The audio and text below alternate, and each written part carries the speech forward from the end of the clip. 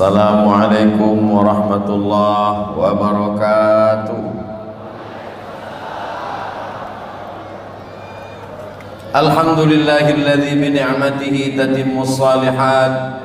Wassalatu wassalamu ala sayyidis sadat wa ala alihi wa ashabihi ahlil fadaili wal karamat. Ashhadu an la ilaha illallah wahdahu la syarika lah wa ashhadu anna sayyidana Muhammadan abduhu wa rasuluh wa safiyuhu min khalqihi wa khaliluh. Addal amanah wa ballagha ar-risalah wa nasaha lil ummah wa tarakana 'alal mahajjatil bayda lailuha kanahariha la yazighu anha illa halik. Allahumma salli ala sayyidina Muhammadin an-nabiyil ummi wa ala alihi wa sahbihi wa barik wa sallim. Al-habaib al-afadil al-ulama al-ajilla matta'ana Allah bi tuli umurihim wa natabarraku bi barakatihim. Yang berhormat Datuk Sri Sayyid Ibrahim bin Said Ahmad, Exco Hal Ehwal Agama Islam, Kemajuan Desa dan Hal Ehwal Orang Asli Negeri Pahang, Wakil Rasmi yang amat berhormat Menteri Besar Pahang. Yang berbahagia Puan Suryani binti Muhammad Zain, istri kepada yang berhormat Insinyur Razali bin Kasim, Exco Felda Koperasi dan Usahawan Negeri Pahang. Yang berhormat Datuk Haji Zulkifli bin Haji Ali, Pengarah Jabatan Agama Islam Pahang. Yang berhormat Datuk Razihan bin Azharuddin, Datuk Banda Kuantan. Yang hormat Datuk Haji Ahmad Faizul bin Haji Ghazali Al-Hafiz, selaku Imam Program Bicara Murabi Ummah Karnival Sambutan Tahun Baru 2024. Yang berhormat Datuk-Datuk, yang berbahagia Ketua-Ketua Jabatan Negeri dan Persekutuan, tuan-tuan dan puan-puan muslimin muslimat, semua yang berhadir malam ini mendapatkan pahala jihad fisabilillah. Bukan kata saya, kata Nabi Muhammad sallallahu alaihi wasallam, man kharaja fi talabil ilmi, siapa yang keluar rumah dengan niat menuntut ilmu, fahuwa fisabilillah, dia sama seperti orang berjihad fisabilillah hatta yarji'a, hingga dia pulang ke rumah. Semua yang melangkahkan kaki atas nama Allah malam ini, maka dimudahkan Allah jalannya menuju surga. Begitu janji Nabi sallallahu alaihi wasallam, man salaka tariqan, siapa yang melalui suatu jalan, yaltamisu fihi ilman, di jalan itu dia mendapatkan ilmu, sahhalallahu lahu bihi tariqan ilal jannah, dimudahkan Allah jalannya menuju surga. Semua yang berhadir malam ini diberikan Allah 4 keutamaan. Majtama'a qaumun, sekelompok orang berkumpul, yatsluna kitab Allah, membaca ayat-ayat Allah, wa yatadarasunahu fima bainahum, mengkaji isinya. Majlis kita adalah majlis ilmu, majlis kita adalah majlis zikir, majlis kita adalah majlis merendahkan diri, munajat kepada Allah dengan salat berjamaah, diteruskan dengan zikir dan doa, membacakan ayat-ayat Allah. Maka balasan Allah kepada orang-orang yang baik, nazalat alaihimus sakinah, diturunkan ketenangan ke dalam hati mereka. Ghasyat bihimur rahmah, mereka diliputi rahmat kasih sayang Allah. Haffat bihimul malaikah, mereka dikelilingi oleh malaikat. Wa dzakarahumullahu fi man indah, mereka disebut-sebut, dibanggakan Allah kepada para malaikat. Allah bertanya kepada mereka, dulu waktu aku ingin menciptakan manusia, semua kalian malaikat berkata, ataj'alu fiha may yufsidu fiha wa yasfikud dima, untuk apa engkau ciptakan manusia? Mereka hanya akan membuat kerosakan, mereka hanya akan menumpahkan darah, mereka hanya akan berperang dan bermusuhan. Tapi pandanglah, malam ini mereka duduk berkumpul bersama, mereka berzikir, mereka sholat berjamaah, mereka memanjatkan doa, munajat, berselawat kepada Rasulullah sallallahu alaihi wasallam. Semoga kita termasuk orang-orang yang diberikan istiqamah dalam iman dan Islam. Alaikum bil jamaah, hendaklah kamu berjamaah. Iyyakum wal furqah, jangan kamu berpecah belah. Yadullah ma'al jamaah, pertolongan Allah akan turun kepada orang yang berjamaah. Ada seorang lelaki ini berperang dengan persenjataan yang biasa-biasa saja. Yang dia lawan adalah seorang jenderal dari Italia, namanya Mussolini. Mussolini berperang dengan peralatan perang yang canggih. Dia menjajah Libya. Lalu kemudian dia ingin menangkap lelaki ini. Sebelum digantung, Mussolini ingin bertanya, mengapa lelaki ini berani melawan tentara Italia yang begitu hebat. Lalu kemudian setelah lelaki itu ditangkap, dibawa, sebelum digantung, dihadapkan kepada Mussolini. Jenderal Mussolini bertanya, wahai Omar Mokhtar, lelaki itu bernama Omar Mokhtar, apa yang membuat engkau melawan kami tiada henti?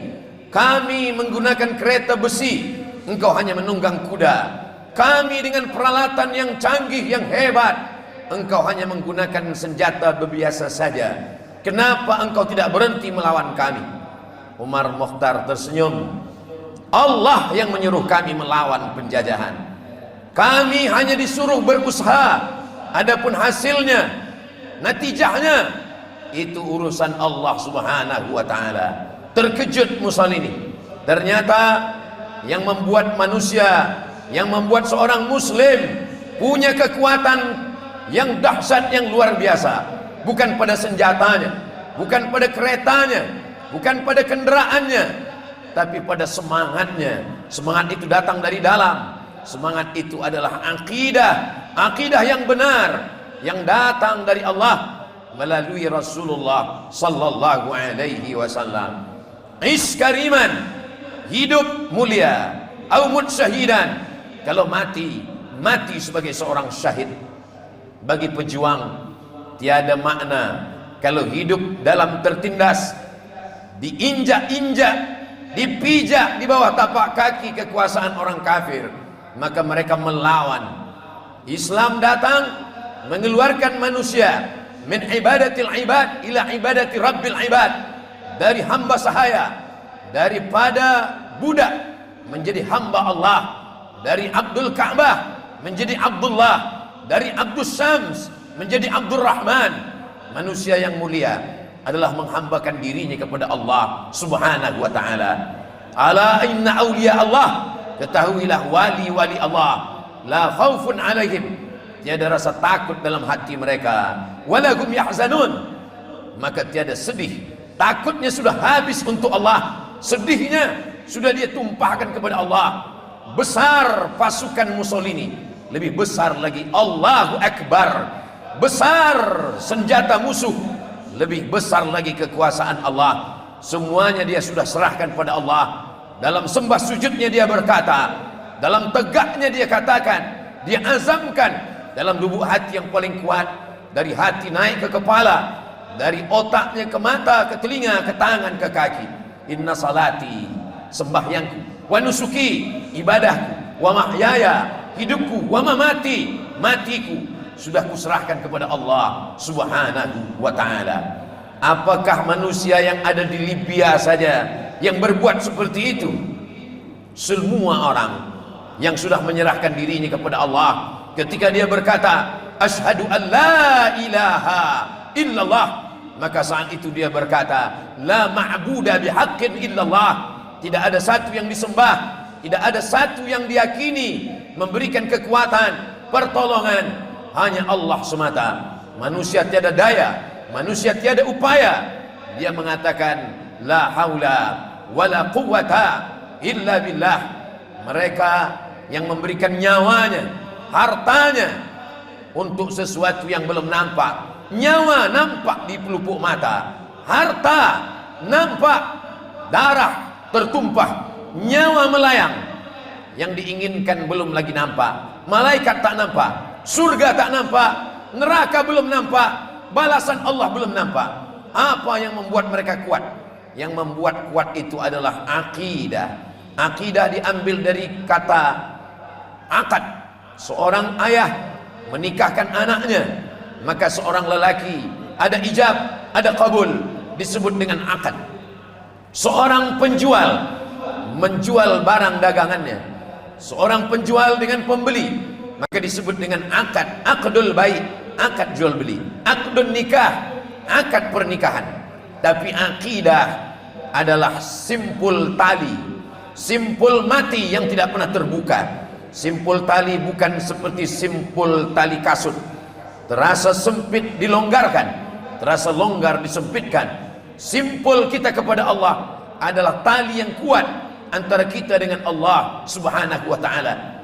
Ketika datang seorang lelaki meminta pesan kepada Nabi sallallahu alaihi wasallam, "Ausini, berikan aku pesan ya Rasulullah." Apa kata Nabi sallallahu alaihi wasallam? "Qul," katakan, "amantu billah," aku beriman kepada Allah. "Summastaqim," istiqamahlah. "Wa in hurriqta aw qutti'ta," walaupun engkau dibakar, mengelupas kulitmu dari tulang, walaupun engkau dicincang, dipotong-potong, lidahmu tetap berkata la ilaha illallah Muhammadur Rasulullah sallallahu alaihi wasallam. Selepas tahlil kita selalu mengucapkan kalimatul haq, kalimat yang hak, alaiha nahya, dengan itu kita hidup, wa alaiha namut, dengan itu kita mati, wa biha nub'atsu, dengan itu juga kita nanti akan dibangkitkan di padang mahsyar, dengan itu juga kita nanti akan dimasukkan ke dalam surga bersama Rasulullah sallallahu alaihi wasallam. Begitulah keyakinan yang ditanamkan dalam setiap hati orang yang beriman. Seorang yang dimasukkan ke dalam penjara, diputuskan hubungan dengan ahli keluarga, mestinya dia bersedih, mestinya dia bersusah hati. Tapi apa yang dia lakukan dalam penjara? Dia menulis tafsir. Tafsir kata-katanya begitu indah, seakan-akan dia menulis di tepi pantai, angin bertiup di bawah pohon kelapa dengan pemandangan yang indah. Tapi ternyata tulisannya itu sampai keluar penjara, dibaca oleh Presiden Irak. Presiden Irak yang suka kepada sastra membaca tafsir itu, terkagum, tertegun. Mengapa kalimat ini indah? Siapa yang menulisnya? Di mana dia menulis? Apakah dia sedang jatuh cinta? Apakah dia sedang berada di tempat yang indah? Ternyata yang menulisnya itu sedang berada di dalam tempat yang gelap, di bawah tanah. Dia tidak boleh dapat melihat, hanya cahaya-cahaya sedikit dari lubang tanah dia gunakan untuk menulis. Semua bertumpu kepada akal, hafazannya, pikirannya. Apa kata dia di muqaddimah tafsir? Al-hayatu fi zilalil Qur'an ni'mah. Hidup di bawah naungan Al-Quran itu nikmat. La ya'rifuha illa man dzaqaha. Tidak ada yang dapat merasakannya kecuali orang yang pernah merasakan, menikmatinya. Tidak ada yang boleh mengetahuinya, tidak ada yang tahu dan memahaminya kecuali orang yang pernah merasakan manisnya. Maka kemudian dia bertanya, di mana orang ini berada? Dia sedang teraniaya. Maka saat itu juga Presiden Irak menelpon Presiden Mesir Gamal Abdul Nasir. Saya mendengar ini orang berada dalam penjara. Apa salahnya? Dia salah, dia melawan, dia mesti dihukum mati. Bolehkah dia diberikan hukuman yang ringan? Janganlah dia dihukum gantung. Kerana tafsir yang dia tulis begitu indah. Saya suka dengan kalimah-kalimah yang ada dalam tafsir itu. Boleh, dia boleh untuk tidak dihukum mati, dengan syarat dia menulis dalam tulisan itu dia meminta maaf. Maka datanglah orang membawa pena dan kertas ke dalam penjara. Wahai Sayyid Qutb, tulislah permintaan maaf bahwa engkau sudah salah. Lalu apa kata dia tersenyum? As-sabbabatul lati tashhadu an la ilaha illallah, telunjuk yang bersyahadat tiada Tuhan selain Allah sehari semalam tidak akan pernah meminta maaf untuk sesuatu yang tidak salah menurut Allah, tidak salah menurut Rasulullah sallallahu alaihi wasallam. Maka keindahan itu hanya dapat dirasakan oleh orang-orang yang putus tauhidnya hanya kepada Allah. Dia putuskan daripada cinta kepada makhluk, tidak hanya setakat la ma'buda bihaqqin illallah, tapi sampai kepada level la mahbuba bihaqqin illallah. Yang sebenar-benar dicinta hanyalah Allah Subhanahu wa ta'ala. Ketika datang orang ke dalam penjara lalu mengatakan, nanti bila engkau berada di tiang gantung, lalu tali itu diletakkan di ujung lehermu, maka katakanlah la ilaha illallah. Dia tersenyum.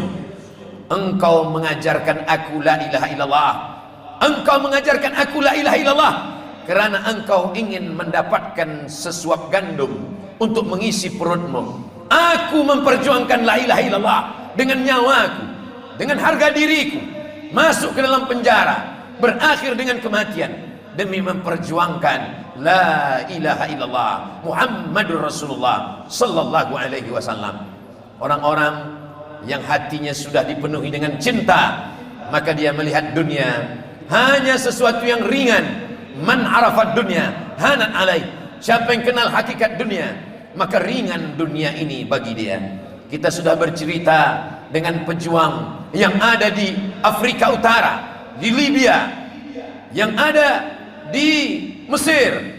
Bagaimana dengan seseorang yang pernah dibesarkan dengan kasih sayang orang tua, tapi manakala orang tua tidak lagi kembali ke rumah, ayah tak lagi dapat ditangkap bentuk wajahnya, tak lagi dapat dicium tangannya, hilang, diambil oleh orang-orang komunis yang benci kepada la ilaha illallah Muhammadur Rasulullah. Pemuda itu tidak putus asa, walaupun dia dibesarkan dalam keadaan seorang yatim, tapi dia tetap dengan semangatnya. Pemuda itu hari ini menjadi salah seorang habib, seorang ulama yang dibanggakan, yang dimuliakan, disambut orang, dialu-alukan, dimuliakan. Sayyidi Al-Habib Umar bin Hafiz mendirikan Darul Mustafa. Syahid adalah kemuliaan bagi ayahandanya, tapi hari ini dibalas Allah. Berapa muridnya yang datang ke seluruh penjuru Nusantara, seluruh dunia, berlomba-lomba ingin mendapatkan kemuliaannya. Mereka tidak pernah bergantung kepada manusia. Hilang kasih sayang ayah, ada kasih sayang yang lebih besar, kasih sayang Allah subhanahu wa ta'ala. Terkadang sengaja Allah menghilangkan kasih sayang ayah dari seorang anak. Supaya apa? Supaya anak itu tidak bergantung kepada manusia. Dia hanya bergantung, memohon, meminta hanya kepada Allah subhanahu wa ta'ala. Itulah yang diajarkan kepada orang yang namanya kita sebut sehari semalam. Kama sallaita ala Ibrahim wa ala ali Ibrahim, kama barakta ala Sayyidina Ibrahim wa ala ali Ibrahim. Ketika Allah memerintahkan Sayyidina Ibrahim untuk mengantarkan istrinya Hajar, seorang perempuan, di mana dia tinggalkan? Fi wadin ghairi dhi zar'in inda baitikal muharram, di sebuah lembah yang tak ada tanaman, tak ada lumut, tak ada pokok kayu, kering kerontang, air susu kering, air minum tidak lagi ada. Dia seorang perempuan yang kuat, dia seorang perempuan yang perkasa, yang hebat. Dia tidak menangis, dia tidak mengeluh, dia tidak berkeluh kesah, dia tidak mengatakan kepada Allah, ya Allah, suamiku Nabi Ibrahim, ya Allah, anakku Nabi Ismail. Ketika Nabi Ibrahim akan meninggalkannya, Nabi Ibrahim menoleh memandang dengan tatapan penuh iba dan kasih sayang. Hajar hanya bertanya dengan satu pertanyaan, Allahu amaraka bihada. Dia pegang ujung jubah Ibrahim, Allahu amaraka bihada. Wahai Ibrahim, apakah Allah yang menyuruh engkau melakukan ini? Apa jawab Nabi Ibrahim alaihissalam? Dengan satu kata dia menjawab, Naam, Allah yang menyuruh. Apa kata Hajar? Idzan lan yudayyi'ana. Kalau memang Allah yang menyuruh, maka dia tidak akan menyia-nyiakan kami. Idzan lan yudayyi'ana. Dia tidak akan menyusahkan kami, dia tidak akan menghilangkan nyawa kami. Yang pergi meninggalkan kami pencari rezeki, yang pergi meninggalkan kami manusia yang lemah mencari karunia Allah, sedangkan yang bersama kami yang menjamin rezeki. Allah ingin mengajarkan, wahai para ulama, pewaris para nabi, istri-istri kalian juga sama semangatnya dengan semangat Hajar, membesarkan, membela, mendidik, mengasihi, menyayangi. Tapi manakala air itu habis, dia tidak mengangkatkan tangannya, dia tidak memperlihatkan dirinya, menunjukkan sebagai seorang perempuan yang lemah tak berdaya. Dia berjalan ke atas bukit Safa. Di atas bukit Safa tiada air. Dia tidak putus asa. Dia naik ke atas bukit Marwah. Di atas Marwah pun dia tidak melihat air. Matanya tajam memandang pasir, nampak seperti air. Turun ke bawah, hanya pasir-pasir yang kering. Ternyata Allah ingin membalas kaki yang berlari, seorang perempuan yang berlari mengejar, belum tentu mengeluarkan air. Kalau Allah berkehendak, air itu datang dari tumit yang belum pandai berjalan, dari tumit anak yang baru saja keluar. Dia adalah Ismail alaihissalam. Dari tumitnya yang dia hentakkan ke atas pasir, keluarlah air. Zam-zam, berkumpullah wahai air, berkumpullah wahai air. Seluruh dunia yang beriman kepada Allah meminum air dengan doa, Allahumma inni as'aluka ilman nafi'a wa rizqan wasi'a wa shifaan min kulli da'. 3 doa dalam satu tegukan air. Ilmu yang bermanfaat, rezeki yang berlimpah, sihat dari segala macam penyakit. Sampai hari ini tidak kering, sampai hari kiamat tidak ada yang susah bagi Allah subhanahu wa ta'ala. Innama amruhu idza arada syai'an ayyaqula lahu kun fayakun. Apa maknanya? Sehari semalam berapa kali kita sebut kama sallaita ala Ibrahim, bukan hanya setakat Sayyidina Ibrahim, wa ala ali Ibrahim. Siapa Ali Ibrahim? Hajar. Siapa Ali Ibrahim? Sarah. Siapa Ali Ibrahim? Ishaq. Siapa Ali Ibrahim? Ismail. Akidah yang kuat kepada seorang anak, akidah yang kuat kepada seorang istri. Kullukum ra'in, setiap kamu adalah pemimpin. Wa kullukum mas'ulun ar ra'iyatih. Kepada semua bapa, kepada suami-suami, bukan hanya setakat menyebut namanya dalam salat, dalam sembahyang, dalam salawat Ibrahimiyah, tapi lebih daripada itu, memasukkan ke dalam hati, menanamkannya ke lubuk hati yang dalam. Istri mengamalkannya, diteruskan kepada anak. Suami yang bersifat Ibrahim, istri yang bersifat Hajar, akan melahirkan anak-anak yang bersifat Ismail, yang tidak pernah menyerah, yang selalu berbakti kepada Allah subhanahu wa ta'ala. Sampai usianya dewasa, ujian belum juga berakhir.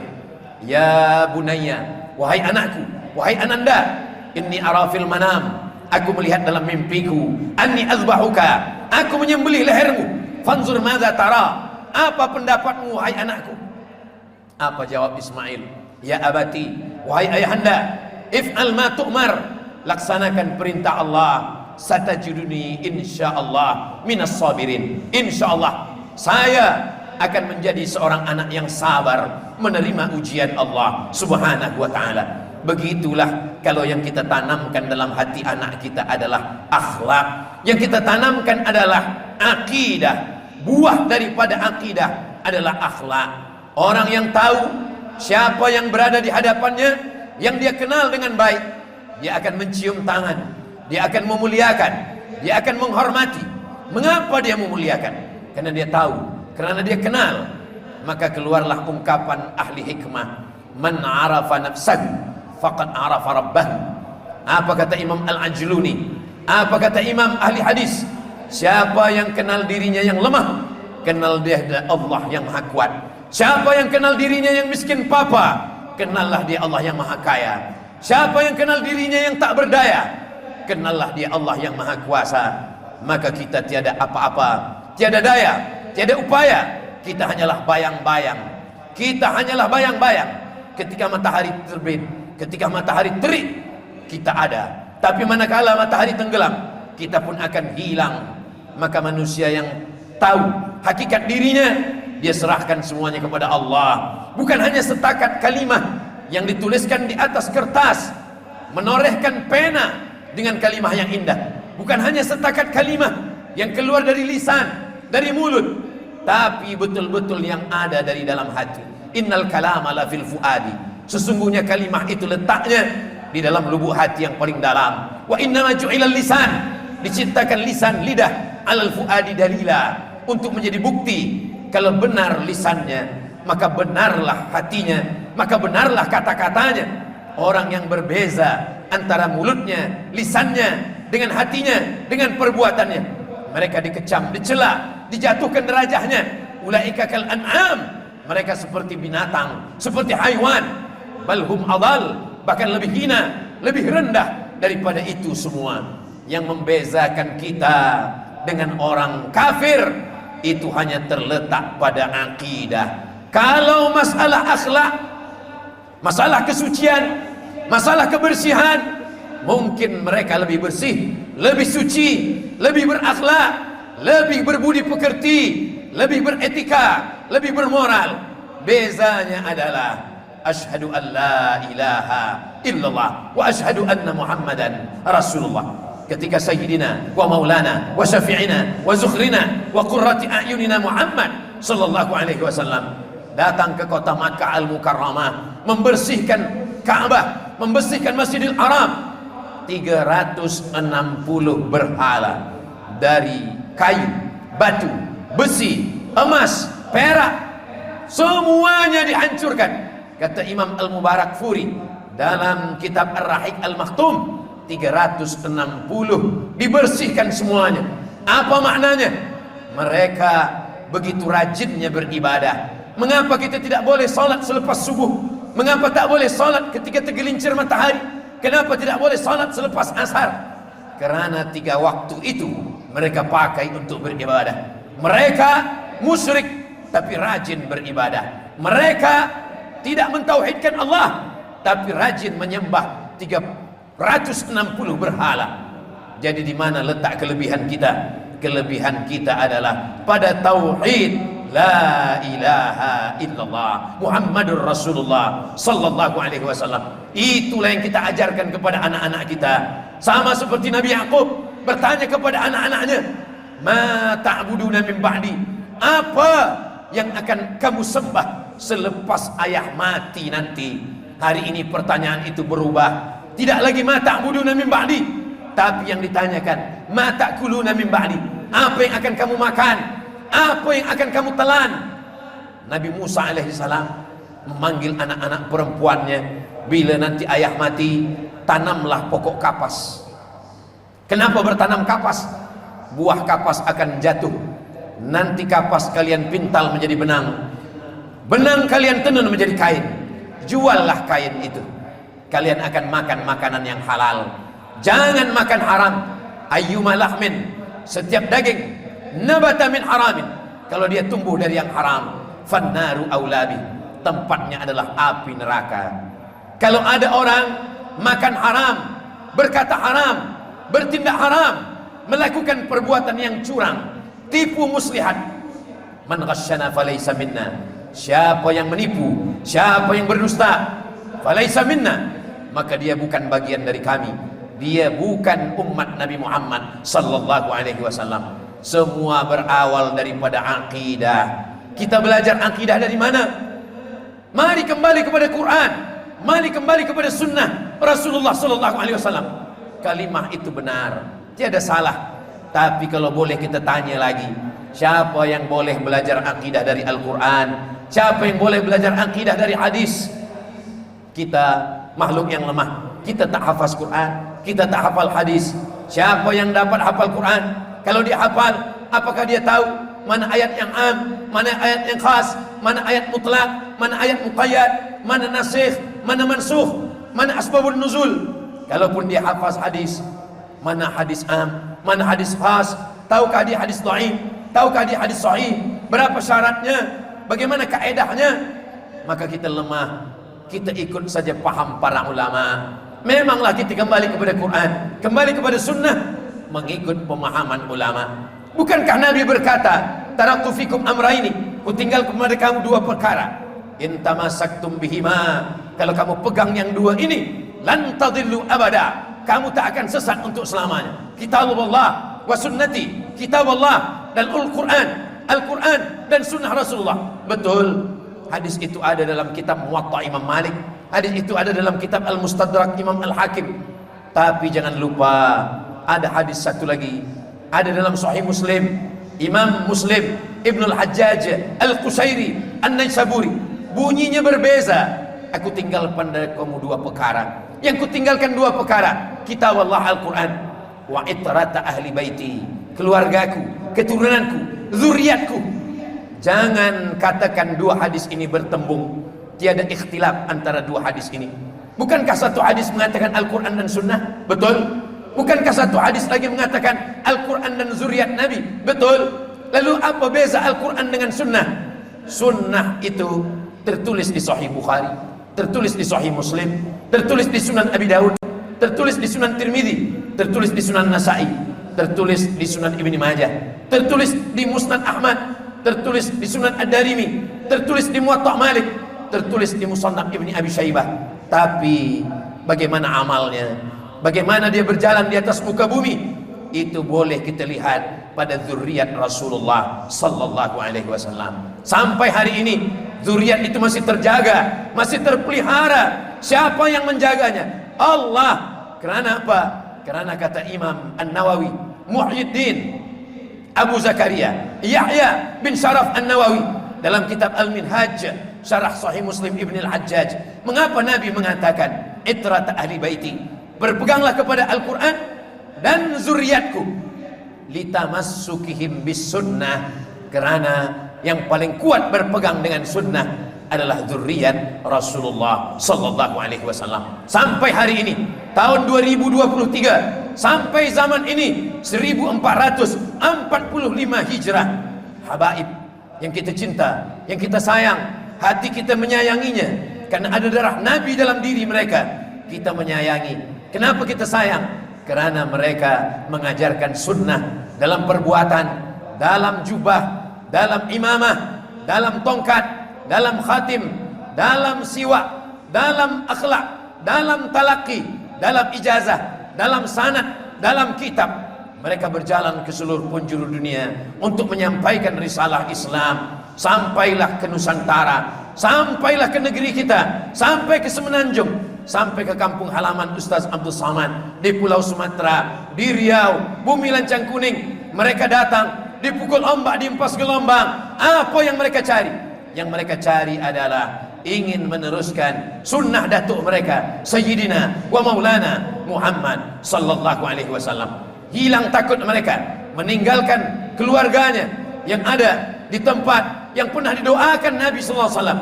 Allahumma barik fi yamanina, berikan berkah di negeri Yaman. Allahumma barik fi yamanina, al-imanu fi Yaman. Kenapa demikian? Karena doa itu terbukti terkabul sampai hari ini. Maka berapa banyak dari kita yang mengirim anak-anak kita ke Darul Mustafa? Kemana dikirim? Ke Rubat Tarim. Kemana dikirim? Ke Al-Ahqaf. Kemana dikirim? Ke kuliah Imam Syafi'i. Kenapa? Karena kesamaan kita ada 3 hal. Yang pertama, berakidah Imam Abul Hasan Al-Asy'ari. Yang kedua, bermazhab Imam Muhammad bin Idris Asy-Syafi'i.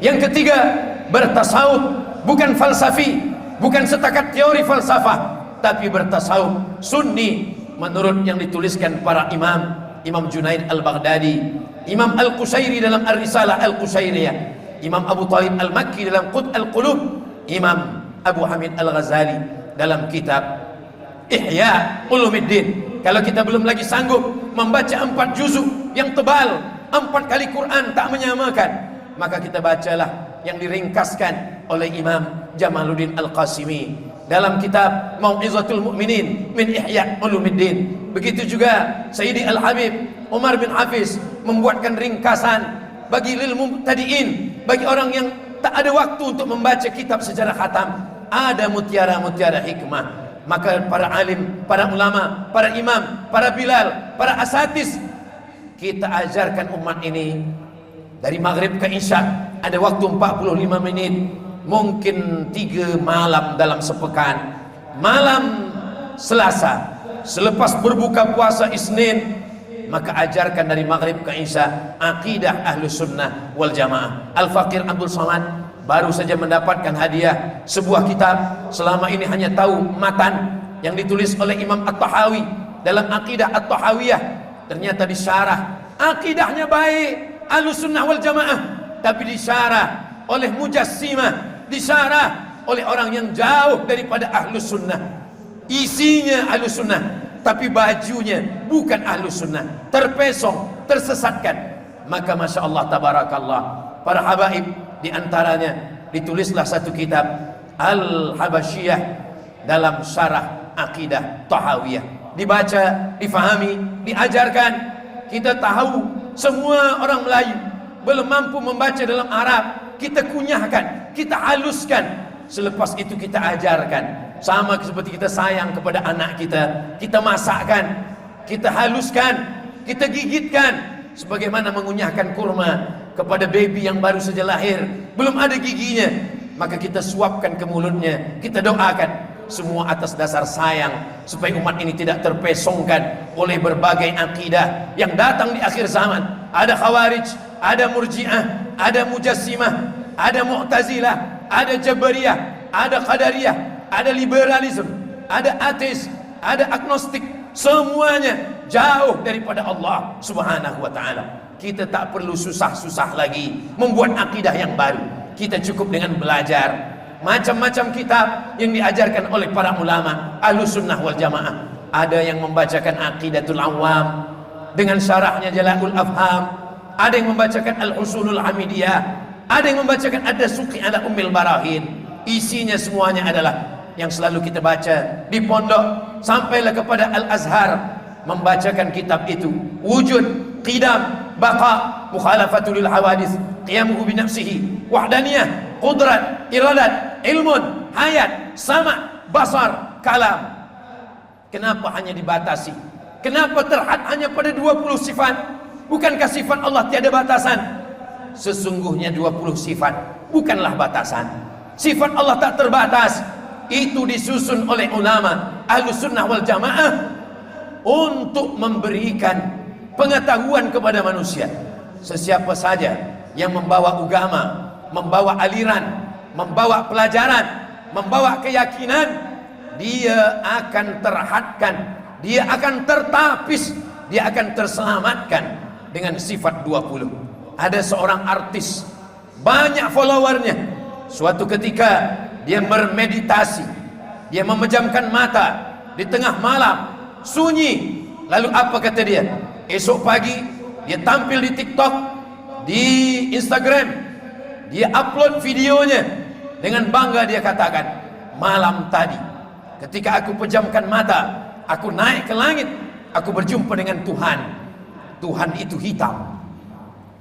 Maka kalau belajar, kalau dia paham, dia baca kitab, dia pelajari sifat 20, dia tidak akan terpesongkan, dia selamat. Satu sifat cukup untuk membantah.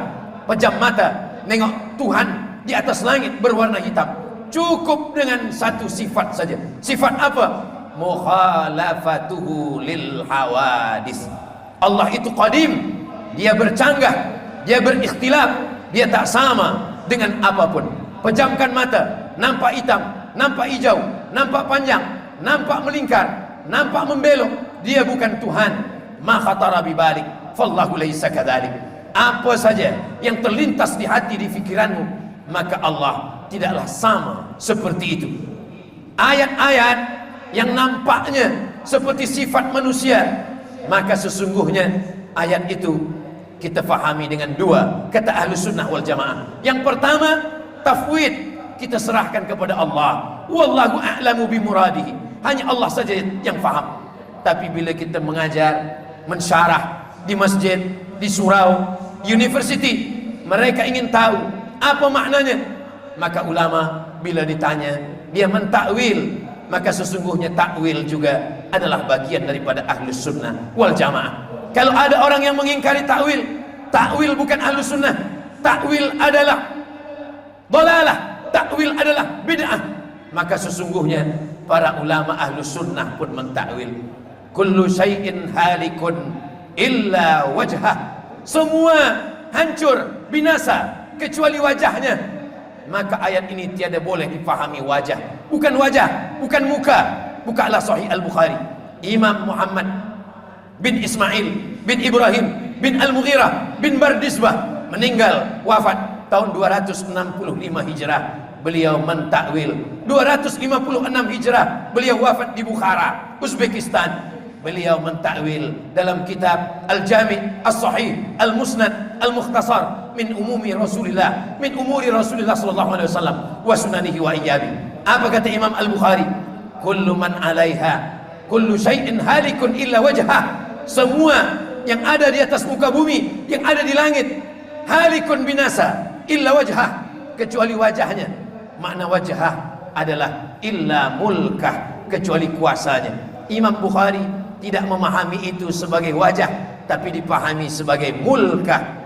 Begitu juga dengan ayat hadis yang mengatakan Allah turun sepertiga malam. Imam Malik mentakwilkan yang nazala itu bukan Allah, bukan zatuhu, tapi yang nazala itu adalah nazala amruhu, nazalat rahmatuhu. Yang turun itu perkaranya, yang turun itu rahmatnya. Jadi kalau Imam Abul Hasan Al-Asy'ari mentakwil, dia bukan membuat agama yang baru, dia menyusun akidah Ahlus Sunnah wal Jamaah. Kalau ada orang berkata, saya mengambil akidah dari Quran dan Sunnah, tiada mengambil akidah dari Imam Abul Hasan Al-Asy'ari, kita balik bertanya, bila awak mengambil hadis, dari mana mengambil hadis? Saya mengambil hadis dari Imam Bukhari. Kenapa tak terus ke Nabi? Bukankah dari Imam Bukhari ke Nabi jarak yang begitu jauh? Imam Bukhari meninggal tahun 256, Nabi meninggal tahun ke-11. Dari Nabi ke Imam Bukhari ada 240 tahun lamanya. Kenapa tidak terus saja ke Nabi? Dari mana kamu dapat hadis?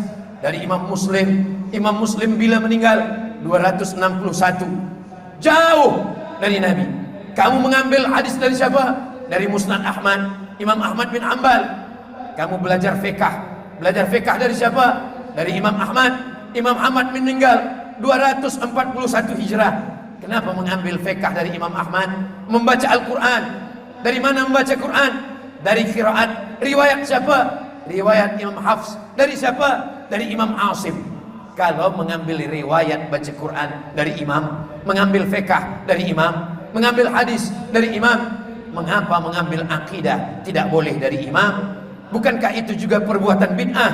Kalaulah mengambil ilmu dari imam itu bid'ah, maka sesungguhnya mengambil ulumul hadis dari para ahli hadis, dari Imam Nawawi, dari Imam Ibnu Hajar Al-Asqalani, dari Imam Jalaluddin Abdurrahman As-Suyuti, mereka bukan membuat-buat agama. Mereka adalah menyusun ajaran-ajaran ilmu secara sistematik supaya mudah kita belajar, supaya mudah kita mendekatkan diri kepada Allah Subhanahu wa ta'ala. Maka di akhir zaman, siapa yang paling beruntung? Orang yang dekat dengan ulama. Siapa yang hidup selepas aku nanti, kata Nabi, man ya'ish ba'di, siapa yang hidup selepas aku, fasayara ikhtilafan katsira, akan banyak ikhtilaf dalam bidang akidah, ikhtilaf dalam bidang fiqh, ikhtilaf dalam bidang sunnah. Siapa yang selamat? Alaikum bisunnati, ikutilah sunnahku, wa sunnatil khulafa'ir rasyidin, sunnah khulafa'ir rasyidin al-mahdiyyin, mereka yang membawa hidayah, mereka yang menyampaikan hidayah min ba'di, setelah aku mati nanti. Atu 'alaiha bin nawajiz, gigitlah pakai gigi geraham. Kenapa kita merdeka? Kerana mereka yang akidahnya kuat. Dulu sebelum ada sekatan-sekatan, sebelum ada batasan-batasan, satu rumpun Melayu, ketika ada seorang mendengar bahwa kerajaan Kedah diserang oleh Siam, dia terbang, dia datang dari Sumatera. Seorang ulama, mursyid yang mengajarkan kitab, nama kitab itu Sayrus Salikin. Nama penulisnya Syekh Abdul Samad Al-Falembani, Falemban, dari kota Palembang di Pulau Sumatera. Dia adalah orang yang belajar kepada Syekh Muhammad bin Abdul Karim Samman, murid daripada Syekh Abdul Karim Samman. Ada yang menulis fiqh, namanya Syekh Muhammad Arsyad Al-Banjari. Nama kitabnya Sabilal Muhtadin, Syarah As-Siratil Mustaqim. Ada muridnya yang bernama Syekh Abdul Samad Al-Falembani, nama kitabnya Sayrus Salikin, yang dia sarikan, dia ambil mutiara-mutiara daripada Ihya Ulumuddin, tasawuf sunni. Tapi mereka bukan yang hanya setakat berzikir dalam kelambu. Mereka tidak mengunci pintu kamar. Puncak daripada zikir adalah jihad. Puncak daripada la ilaha illallah, mutu qabla an tamutu, mati sebelum mati. Ketika dia mendengar bahwa bangsa Melayu diserang oleh Siam, maka dia segera datang, dia berjihad dan mati dalam peperangan itu. Dia dikuburkan di Patani. Ketika itu kerajaan Melayu yang ada di Semenanjung yang ada di Pulau Sumatera, semuanya sama dalam satu dua ikatan. Ikatan pertama, sesama darah Melayu. Ikatan yang kedua, lebih kuat lagi, ikatan la ilaha illallah Muhammadur Rasulullah. Dia berjihad karena dia juga menulis kitab Fadail Jihad, keutamaan berjihad. Begitulah mereka, tak pernah menganggap nyawanya mahal. Nyawanya sudah dijual, dirinya sudah dijual, hartanya sudah dijual. Benda yang sudah dijual tidak boleh dijual dua kali. Hanya pengkhianat yang menjual benda dua kali. Kemana kita jual?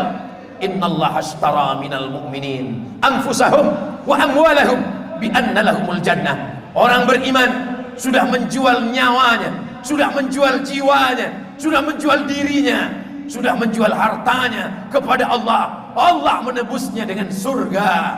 Maka yang sudah dijual, jangan jual kepada dunia, jangan jual kepada penguasa, jangan jual kepada hamba dunia. Juallah kepada dia, kepada Allah subhanahu wa ta'ala. Mereka meyakini itu.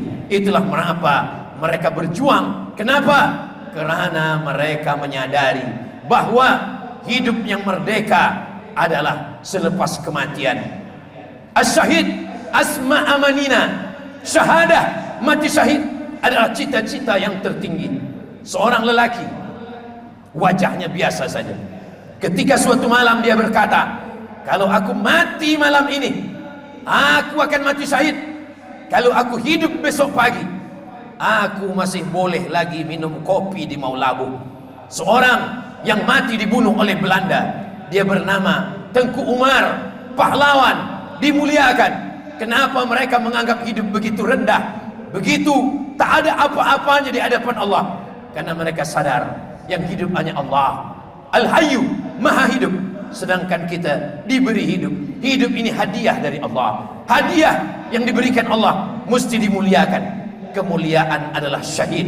Hari ini kita tidak lagi syahid melawan Belanda, melawan Jepun, melawan Inggris. Yang kita lawan adalah kejahilan, yang kita lawan adalah kebodohan, yang kita lawan adalah fitnah, yang kita lawan adalah berapa banyak fitnah antar sesama kita, sesama ahlus sunnah wal jamaah, sesama ahlul qiblah. Maka ketika kita bersama, sama-sama menyembah, siapa yang kita sembah? Allah. Siapa Nabi kita? Muhammad Rasulullah sallallahu alaihi wasallam. Kemana kiblat kita? Fawalli wajhaka syatral masjidil haram. Berbeza dalam beberapa hal, dalam masalah furu', tapi ada setengah saudara kita menganggap kita sebagai musuh hanya karena berbeza dalam masalah fiqh. Dulu berbeza antara Imam Ahmad bin Hanbal dengan Imam Syafi'i. Imam Syafi'i berkunut subuh, Imam Ahmad bin Hanbal tidak berkunut subuh. Tapi Imam Ahmad bin Hanbal tidak pernah sekalipun menuduh Imam Syafi'i pelaku bid'ah. Kata bid'ah zaman salaf digunakan untuk khawarij, untuk syiah, untuk murji'ah, untuk qadariyah, untuk jabariyah. Bukalah kitab ilmu jarah wa ta'dil. Bila seorang ulama berkata fulan mubtadi, fulan mubtadi, fulan pelaku bid'ah, itu bukan ditujukan kepada membaca kunut subuh, itu bukan ditujukan kepada perbezaan fiqh, itu pada masalah akidah yang keluar daripada ahlus sunnah wal jamaah. Apa kata Imam Ahmad bin Hanbal? Da'autu lisyafi'i, aku mendoakan Imam Syafi'i 40 sana, 40 tahun, walaupun mereka berbeza dalam fiqh, tapi dia mendoakan Imam Syafi'i. Apa doanya? Allahumma firli wali walidayya wali Muhammad bin Idris Asy-Syafi'i. Ya Allah, ampunkan dosaku, dosa kedua orang tuaku, dosa ibu bapakku, dan dosa Imam Muhammad bin Idris Asy-Syafi'i. Begitulah salaf. Kalau ada hari ini orang mengaku salaf tapi lidahnya kasar, tajam kepada ahlus sunnah, diam kepada orang kafir, maka salaf mana yang mereka ikut? Apakah salafnya Imam Syafi'i? Apakah salafnya Imam Ahmad bin Hanbal? Apakah salafnya Imam Nu'man bin Thabit, Imam Abu Hanifah, Imam Hanafi?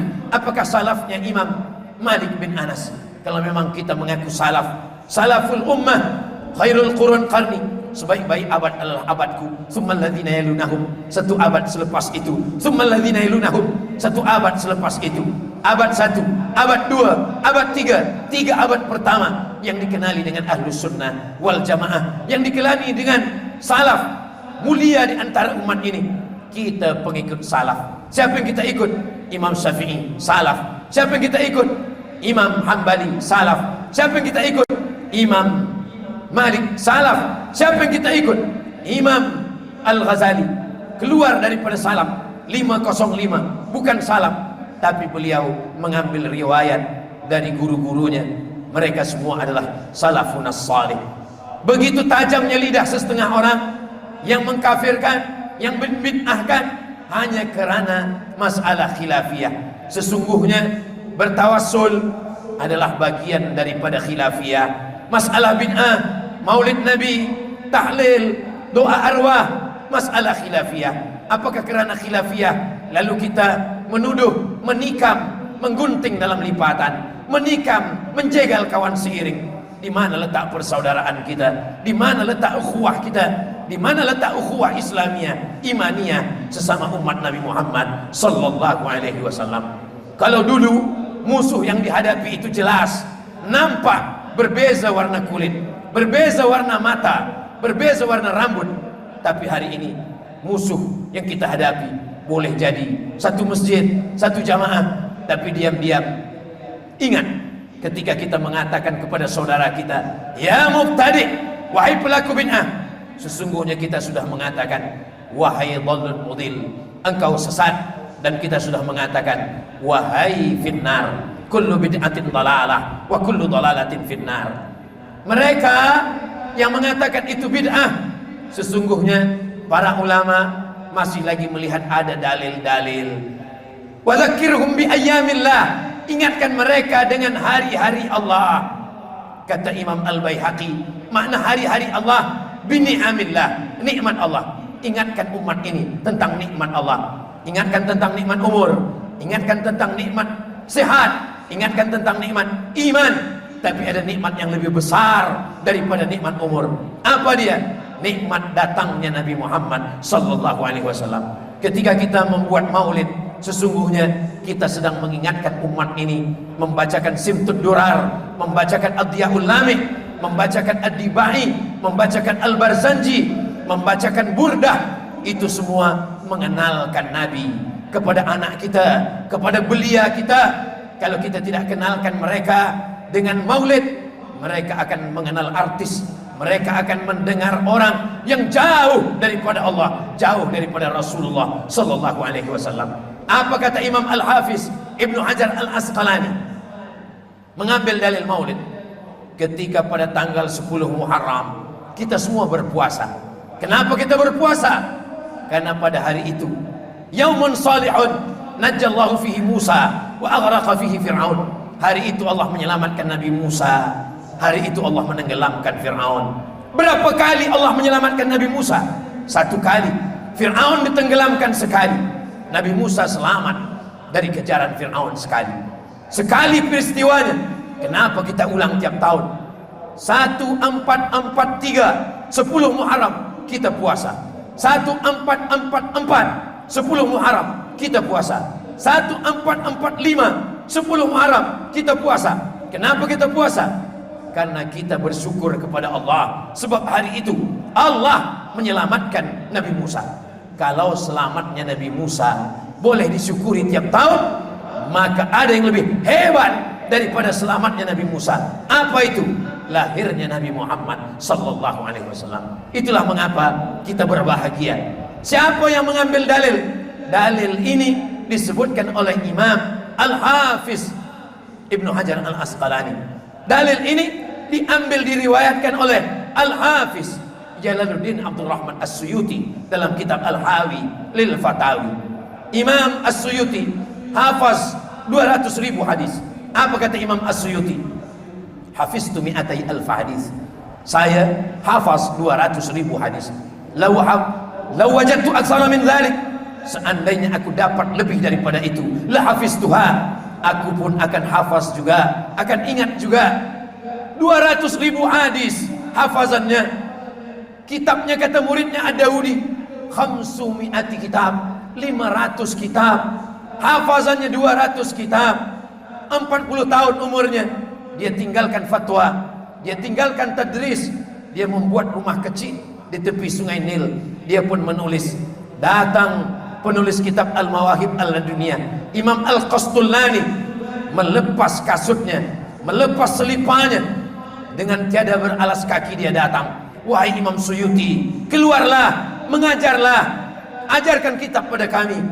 Imam Suyuti sudah meninggalkan dunia beserta isinya. Dia hanya menulis kitab. Orang yang alim, wara', zuhud, tetap menghormati maulid. Bagaimana dengan Al-Hafiz, Khatimatul Huffaz, penutup para hafiz, Ibnu Hajar Al-Asqalani. Idza dzukira Al-Hafiz, kalau disebut Al-Hafiz tanpa nama, maka dialah yang dimaksud. Dia masih menghormati maulid.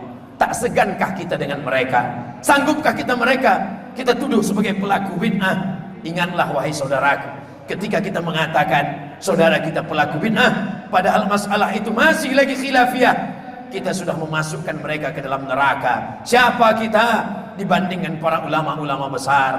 Hanya karena zikir berjamaah, hanya karena zikir bersama. Bukankah ada dalam riwayat Imam Ahmad bin Hanbal dalam kitab Al-Musnad, ketika selesai berzikir bersama-sama, apa kata malaikat? Qumu, tegaklah, berdirilah, maghfuran lakum, dosa kamu sudah diampunkan Allah Subhanahu wa ta'ala. Majlis kita bukan majlis lawa, majlis kita bukan majlis sia-sia. Majlis kita adalah majlis yang di dalamnya ada zikir, yang di dalamnya ada subhanallah, yang di dalamnya ada alhamdulillah, yang di dalamnya ada sunnah, yang di dalamnya ada ayat Quran, yang di dalamnya ada watawasau bil haq watawasau bis sabr. Negeri ini tetap dijaga oleh Allah. Karena apa? Karena diberikan sesuatu yang belum tentu ada di negeri yang lain. Seandainya doa engkau makbul dan doamu itu hanya satu, mintalah pemimpin yang adil, kata Imam Ahmad bin Hanbal, maka satu negeri akan mendapatkan keadilannya. Kita boleh berkumpul bersama, beramai-ramai, tanpa ada sekatan, tanpa ada larangan. Ini semua adalah di antara doa yang diajarkan. La tusallit alaina bidhunubina man la yakhafuka wa la yarhamuna. Jangan berikan kuasa kepada orang yang tak takut padamu dan tak sayang kepada kami. Selama yang berkuasa itu takut kepada Allah dan sayang kepada kita, insya Allah bebaslah kita untuk menegakkan hukum Allah Subhanahu wa ta'ala, melindungi yang lemah, mengambil hak daripada yang kaya, zakat, wakaf, infak, sedekah. Karena apa? Karena idza kuntum salasan fi safarin, kalau kamu ada 3 orang musafir dalam perjalanan panjang, falyu'ammiru ahadahum, hendaklah 1 orang diangkat sebagai pemimpin.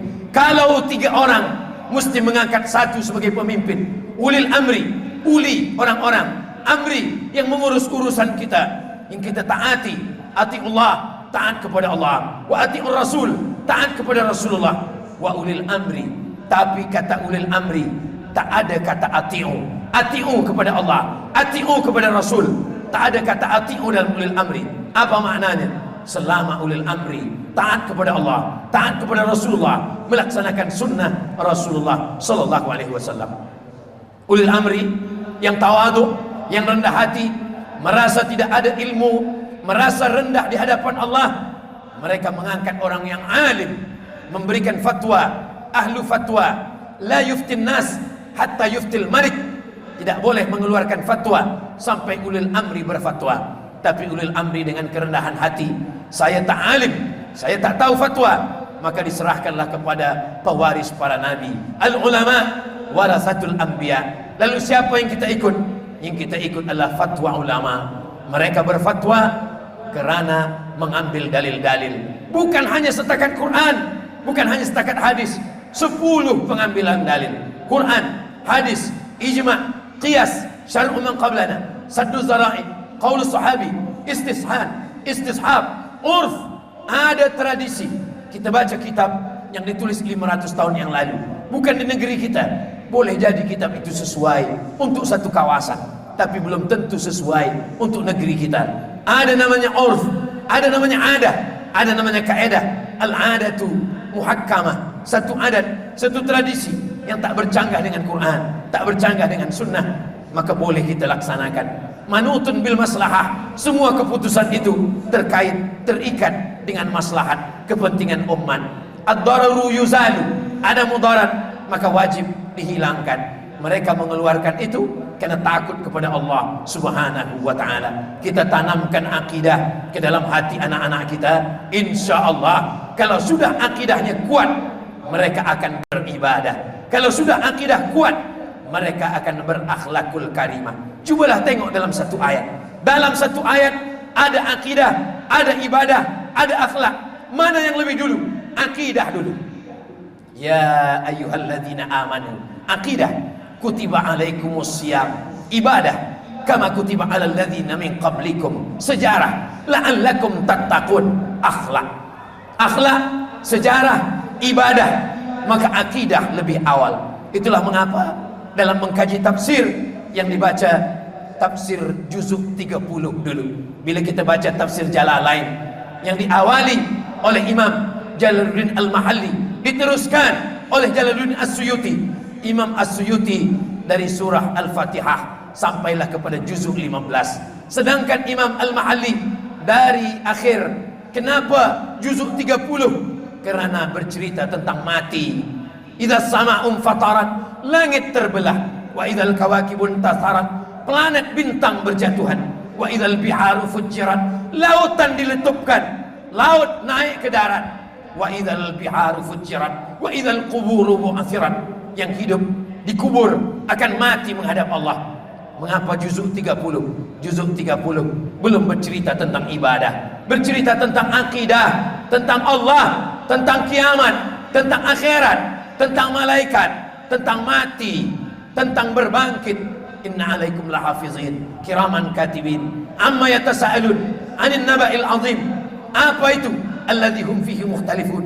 Kalla saya'lamun, thumma kalla saya'lamun. Maka kalau sudah akidahnya kuat, barulah datang ibadah. Kutiba alaikumus siyam, salat, puasa, haji, umrah, zikir, khatam Quran. Kalau sudah ada, barulah datang akhlak. La'allakum tattaqun, sabar, ridha, takwa, qanaah, zuhud. Kita bukan salah, tapi makan ubat pun ada aturannya. Ada yang dimakan pagi, ada yang dimakan siang. Maka awalilah daripada akidah. Masjid-masjid yang sudah mengajarkan akidah, maka teruskanlah. Jamaah, ibu bapa, wahai para lelaki, wahai para suami, coba renung sekejap. Bila kita terakhir mengajar istri kita akidah, bila kita ajarkan anak kita akidah, kita akan diminta tanggung jawab di hadapan Allah. Kalau kita belum mampu, kita pun jahil, kita pun tak faham agama. Tuan-tuan boleh jadi profesor dalam bidang akademik, boleh jadi jenderal dalam bidang polis dan tentera, tapi dalam bidang akidah kita serahkanlah kepada yang ahli, yang pakar. Idza wusidal amru ila ghairi ahlihi fantaziris sa'ah. Kalau diberikan sesuatu bukan kepada yang pakarnya, maka tunggulah kehancuran. Bila kereta kita rosak, kita berikan kepada orang yang paham kereta. Bila handphone kita rosak, kita berikan kepada orang yang paham handphone. Bila ekon kita rosak, kita berikan kepada orang yang faham. Tapi kenapa bila akidah kita rosak, kita baca sendiri, kita fahamkan sendiri, kita sombong, kita angkuh, kita tak mahu belajar kepada ulama. Fas'alu ahla dzikri, tanya kepada ulama. In kuntum la ta'lamun. Ramai masjid kita, ramai para ulama kita. Datanglah, mengajilah, sempat-sempatkan mengaji. Karena nanti sampai masanya kita ingin mengaji, meleleh air mata, tapi kita sudah terbaring di hospital. Saat itu penyesalan tak lagi bermakna, menetes air mata darah. Kita sempatkan mengaji, memperbaiki akidah, akhlakul karimah, beribadah. InsyaAllah 3 ini kita amalkan, selamatlah kita dunia, selamatlah kita akhirat. Al-Faqir memulai tazkirah dari pukul 9.30 dan sekarang sudah pukul 10.30. Maka ini semua kerana Allah. Mudah-mudahan yang disampaikan ini menjadi amal jariah. Yang datang baik dari Allah, yang kurang baik dari kelemahan, kefakiran Al-Faqir Amtus Somad. Mudah-mudahan pertemuan kita diberkahi Allah, menurunkan rahmat Allah, menjadikan negeri ini baldatun thayyibatun wa rabbun ghafur. Ulil amrinya, para ulamanya diberikan kesehatan, umur panjang dan keberkahan. senantiasa kita istiqamah meramaikan masjid, majlis ilmu, anak-anak kita soleh dan solehah menjadi para penghafaz Quran, istiqamah dalam iman dan Islam, dan pada akhirnya kita akan bersama dengan Sayyidina wa Maulana Muhammad sallallahu alaihi wasallam. Terima kasih atas segala perhatian, mohon maaf atas segala kekhilafan. Aku qouli hadza astaghfirullah li wa lakum, subhanakallahumma wa bihamdika asyhadu an la ilaha illa anta astaghfiruka wa atubu ilaik. Allahu akbar, Allahu akbar, Allahu akbar. Sallu ala nabi. Allahumma salli ala sayyidina Muhammad wa ala ali sayyidina Muhammad. Subhanakallahumma wa bihamdika asyhadu an la ilaha illa anta astaghfiruka wa atubu ilaik. Wa sallallahu ala sayyidina Muhammad wa ala alihi wasallam. Walhamdulillahirabbil alamin. Wassalamu alaikum warahmatullahi